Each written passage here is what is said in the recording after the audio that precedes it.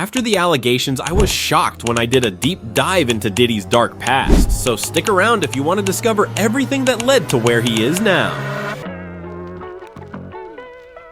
At university, P Diddy, or Sean Combs, gained a reputation for throwing parties, but not like the freak-offs that you're hearing about now. No, these had thousands of guests. After booking some big names to play at the parties, he came to the attention of Andre Harrell, the founder of Uptown Records. Combs dropped out of school and ended up guiding the careers of some huge artists like Mary J. Blige. But it wasn't long until he got into trouble. In 1991, he helped to promote a celebrity basketball game. The limit for the stadium was just over 2,700, but over 5,000 people turned up. The New York mayor's office claimed that Combs hired an inexperienced security team that couldn't handle the situation. His lawyers argued that he wasn't responsible for security. 9 people and 29 more were hurt in the crush. Although no criminal charges were filed, Combs was sued and paid $750,000. This was just a taste of what was to come in the infamous story of P. Diddy. You may not know this, but P. Diddy's dad was a big-time dealer and hustler in New York. The movie American Gangster followed the story of Frank Lucas, one of New York's biggest dealers of all time, played by Denzel Washington. At his peak, Lucas was worth roughly $52 million. He used the US Air Force to bring H back from Vietnam in a very inventive way that we can't mention in this video. Well, that's probably how Melvin Combs, P. Diddy's dad, came into contact with him. Melvin worked with Frank Lucas and knew him well. Lucas even met Diddy, as he explains here. Me and Melvin Combs were good friends.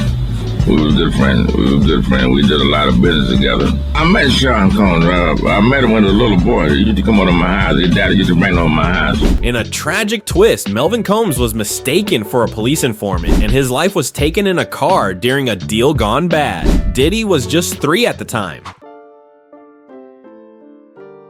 The story of P. Diddy and Biggie is a fascinating one, with a mystery that hasn't been solved to this day. When Diddy set up his own label, Bad Boy Records, the notorious B.I.G. was his first signing. His debut album title, Ready to Die, would be an ominous premonition of things to come. It sold millions of copies and had hits like Juicy and Big Papa on it. In 1997, Biggie's life was tragically cut short by a drive-by at the age of 24. Investigators have worked on the several theories, but a suspect has never been found. A Rolling Stone expose recently came out with several people claiming that Biggie was trying to leave Bad Boy Records and gain back control of the publishing rights to his songs. The record label went straight to work on the release of the album Life After Death, which went to #1 when it was released and is one of the best-selling rap albums of all time.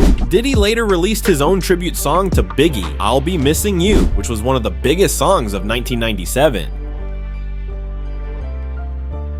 Just months after narrowly escaping a 7-year prison sentence for an assault on a record label exec that left the victim with a broken arm, broken jaw, and head wounds, Diddy was involved in another, more serious incident. Him, his bodyguard, an up-and-coming rapper called Shine, and his then-girlfriend Jennifer Lopez were at a club in Manhattan. After a disagreement, several of their group pulled out guns and started leading to 2 men hit in the shoulder and 1 woman in the face. After being pulled over by the cops, unregistered firearms were found in the vehicle, and Diddy, his bodyguard, and Shine were charged. Yet again, Diddy escaped, and Shine got charged with 5 offenses, serving 9.5 years in prison. No one was charged for the incident in the club. In a shocking twist, the woman recently came out and said she would get part of the remains in her face removed to prove that Diddy pulled the trigger himself that night. Jennifer Lopez is reportedly nervous too, as Lil Rod filed a lawsuit against Diddy that claimed J-Lo carried the into the club for him that night.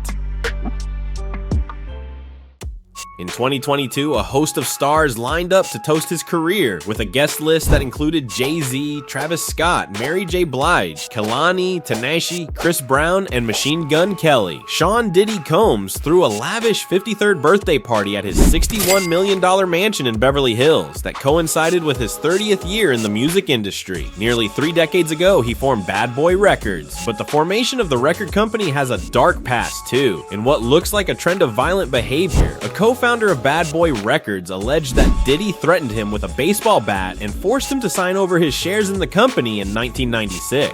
Kirk Burrows also claimed that Mary J. Blige was intimidated into dropping him as her manager too. Diddy said that the allegations were complete fantasy, and yet again, the court dismissed the case in 2006 because the statute of limitations had expired.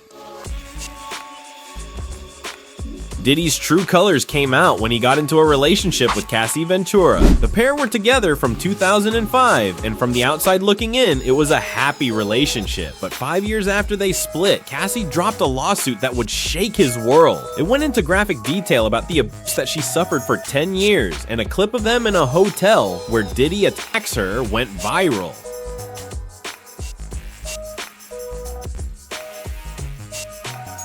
Cassie claimed that his loyal network even witnessed his behavior with her and did nothing to help. One detail that hasn't been reported on a huge amount is that she also claims Diddy planned on blowing up Kid Cudi's car in 2012. He'd become jealous of Kid Cudi's relationship with Cassie, although Sean Combs' lawyers said that the lawsuit was riddled with baseless and outrageous lies and was an attempt to blackmail the music star. Diddy chose to settle the day after it was filed.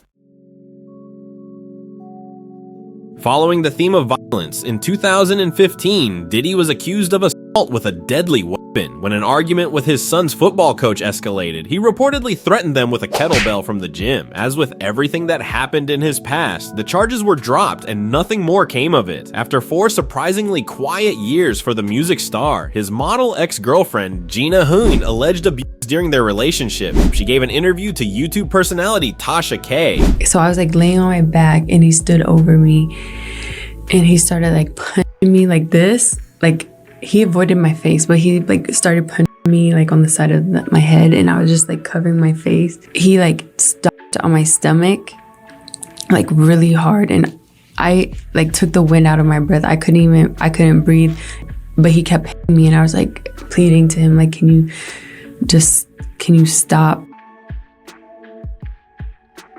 In 2023, Diddy went from a musical comeback to his empire crumbling around him in a fall that will be documented for years to come. After 8 years without a release, he dropped his album, The Love Album, Off the Grid, which featured huge stars like The Weeknd, Justin Bieber, 21 Savage, and Mary J. Blige. His album earned him a Grammy nomination, and at the same time, he was named a global icon at the MTV Awards. But in a move that signaled what was about to come, he pulled out of the Grammys because of his mounting legal issues. By November 2023, in the same week that Cassie filed her lawsuit, 2 more women came forward with stories of abuse and assault. Before long, another 2 women came out with even more serious allegations. All of these happened in the 1990s or early 2000s.